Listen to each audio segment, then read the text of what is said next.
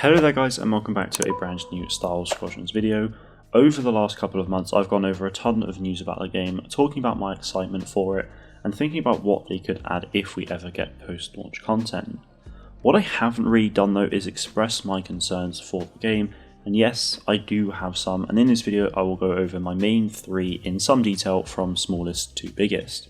My smallest concern is that we have no open beta for the game. The reason this has any concern to me at all is just due to the fact that so many people are already unsure if this is something they want to get. I personally know a few people who were hoping to see an open beta come out so that they could test the game for themselves and see if it was something for them. As that hasn't happened and won't be happening, they've decided not to buy the game, which I think is totally understandable.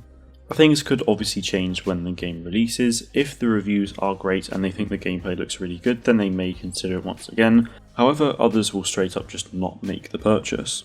Obviously, if they don't need to do a beta, then they don't need to. The point of a beta is to ultimately stress test servers and to find any potential issues within the game, and to be fair, they did do this just in a more limited and secretive way, with the EA playtesting community giving it a go along with EA Game Changers and the press. Obviously the Game Changers and the press was more for overall coverage of the game, but it still would have provided valuable intel for them. Jay did say that that had been enough for them as well, so I understand why they wouldn't go and run another test, but more publicly. I just really do think it's a shame for those players who are unsure about the game, but not just that, but also the game itself. Like I said before, a lot of people are really on the fence about this game, so that will definitely impact initial sales to a certain degree.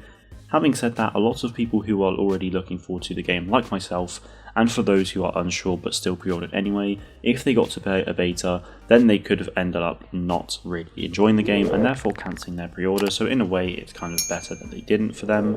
Not everyone will enjoy it of course, and it is already a very niche game, but for those who really wanted to see a beta and to see if they like it, then it really is disappointing for them. This really is just a small concern to me though. Things will no doubt change for a lot of people when reviews come out and when the game finally launches, with all the YouTubers making videos on it, so we shall see.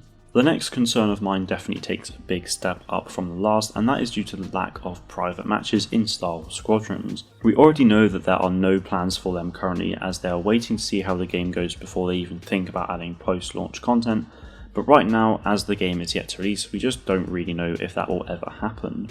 Private matches are essential for the game's competitive scene, and without them it will make lives very difficult for those setting up tournaments and for those obviously competing. I've recently joined the Star Wars Legions team as an event organiser, so without private matches it will be very difficult to pull these things off. Sammy and Ark did a really great job with the Battlefront Duels World Cup though, under the circumstances of no private matches in Battlefront 2, so hopefully we will be able to pull off something great with Squadrons, but if we did have private matches it will be 100 times easier. If you want to join the Star Wars Legions Discord server as well, then there will be a link in the description for you. Not only will it make tournaments easier to create, but of course it will make them more enjoyable as you have far less waiting around and tedious matchmaking to do. If we don't get any post-launch content at all for Squadrons, then I really feel as though the competitive scene is what will really help keep the game alive for a lot of players, but without private matches it will be very difficult. Private matches are also something a lot of players want to see, so that they can face off against their friends with ease, or you could even create some great content with it. If you use the private matches along with the spectator mode in Squadrons, you could really create some awesome cinematic shots and some story content as well. In the usual PvP and PvE environments though, it will be very difficult with so many interruptions. Having the private matches will help you out a lot with that. With Squadrons also being a 5v5 team game, it really does baffle me that there are no private matches as well. To me, it would be one of the more important features to work on for the game's release, but all I can do right now is just hope that the game gets private matches post-launch. Again, we will just have to sit on our hands and wait and see. Speaking of post-launch though, this is one of my biggest concerns for Squadrons overall.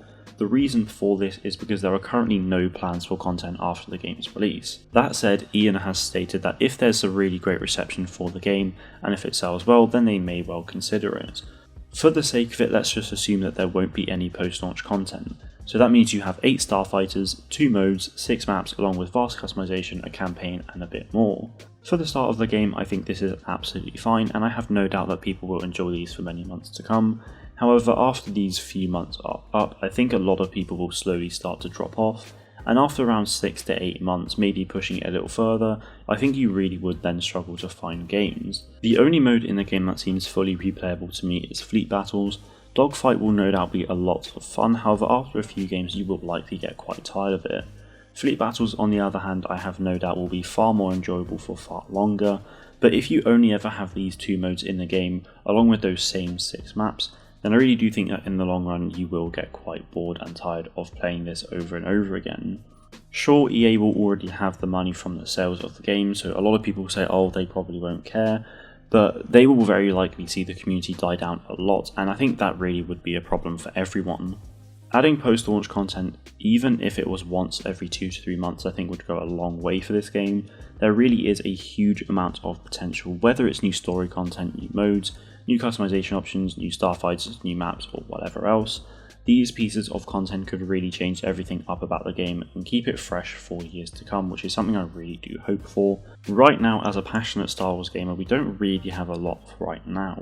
Sure, we have Battlefront 2, but without content support for that anymore, there's just no excitement. We have Squadrons coming as well though, and I'm obviously very much looking forward to that, but again, if there's no content support, then there will be very little excitement in the community going forward. And I feel like the next Star Wars game as well will likely be a Fallen Order sequel, so as that's likely a single player title with no multiplayer at all, it'll be a case of excitement every now and again leading up to launch, then it will release, and after a few weeks that buzz will really die down, though of course I could be wrong.